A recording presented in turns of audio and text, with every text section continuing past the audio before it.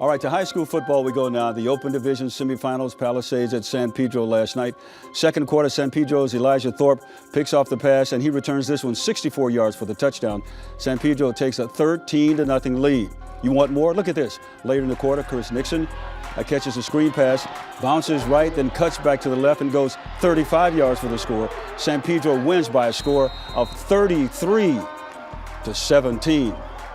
All right, my friends, what do you say we welcome to our studio San Pedro head coach Corey Miller and senior wide receiver Robert Sarmiento. Coach, thank you so much for being here. Let's talk a little bit about that victory last night, because you knew exactly how difficult it was going to be, but you made it look not that way. Well, I'm glad you think it was not that easy, but the semifinals, it's always the toughest. It really is, just because of what's at stake, you know, knowing what's ahead. So just kids did a tremendous job last night, just staying focused. When you talk about staying focused, how did you keep them focused, you know, throughout the week and everything, when they were hearing all the noise about what was at stake? Well, we just talk about what's important now, and that's one game at a time, and just to focus on the team that we're playing that week, and try not to get caught looking too far ahead. When you talk about, do you even, I would have loved to have been in your locker room to hear your pregame speech.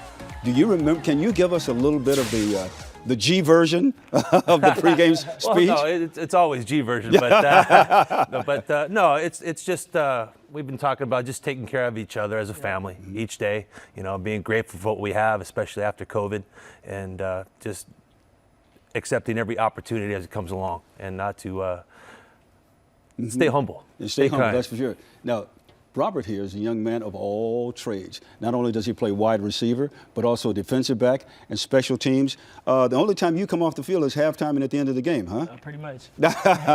How do you feel, you know, knowing you have all of these responsibilities, because those are the positions that you play are really important to the team.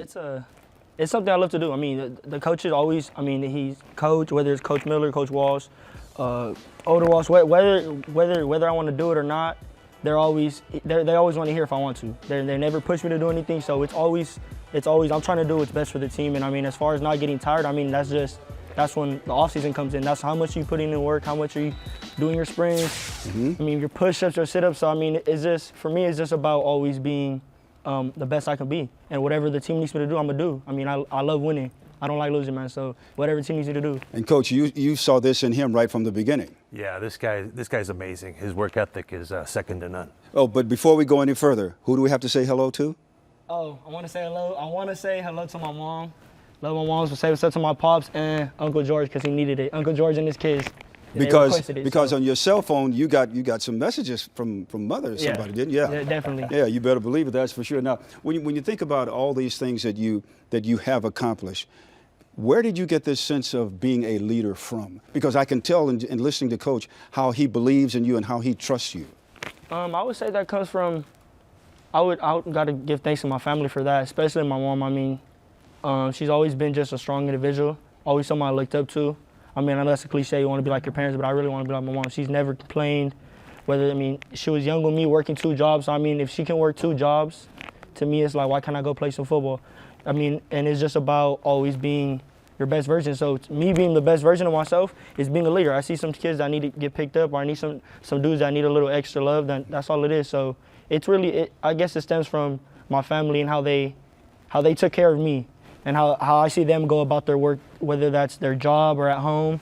And I mean, my mom's a great leader, so I think it comes back to my mom being. That's what I'm talking about right there. Because it's got to give you goosebumps to hear a player like this talk like that. It does. I'm honored just to have him in my presence and in our locker room. He truly is an inspirational leader to the kids. Okay, now next up, the division championship against defending champion Birmingham High School. And let's talk just a little bit, start off, Coach, about what's in store here. Yeah, Birmingham, well, they're the defending city champs, and they got a great program over there, and some great ball players, so we're definitely going to have our A game. Now, you know they know about you. Yeah. You know. At this point, if they don't, then I mean, I don't know when they would. So, yeah. But, you know, when you talk about, how do you kind of keep everything in perspective, as there's a lot of noise out there about what can happen, what's going to happen, and what will happen in the game?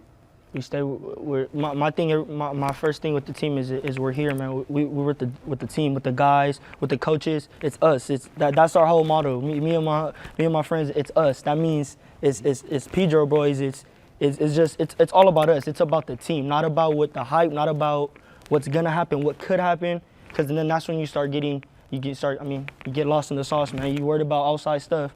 So for me, it's just staying focused and focusing on what's important right now, which is if it's practice, if it's the game, if it's recovery. So, but all within the team. Do what's best for the team. No, Coach, I hear him talk about team. Whereas a lot of guys would say I and me. With him, it's always team, and that comes from you. Yeah, it's what we preach as a program. Yeah, we're only going to be as good as we are as a collective group. You know, it takes individual efforts, but it's a collective group that's what's going to get us over the top. It's a team sport, man. 11 people on the field. Ooh, I'm talking. Give some more, man. I'm not gonna forget you either, Coach. All right. Coach. But thank you for being, and and good luck. No matter what you do, good luck to you. And thank you, Coach, for what you have done and what you're going to do. But before we leave, you want to have another question? Yeah. Beto. Beto, here it comes. Oh, that was all great. Feel good. Yeah, all that other good stuff. Yeah. Talk about team. No, seriously, that was great what you said about your mom and your team. Respect to you, young man. But you know me, man. As a Carson guy, interviewing a Pedro guy is not fun. So I had to go up and down Gaffey to get information about you. I went to the docs. I hit up Joe Aggie. I hit all these people. And everybody told me, ask this dude about the job that he wants. But they didn't tell me what job you want. What is it? I'm actually trying to take your job, man. Nah. Oh, really? Really? I would love to be a sports reporter. It's always been like, I love talking sports. I love talking facts. As bad as my scene, I love critiquing people.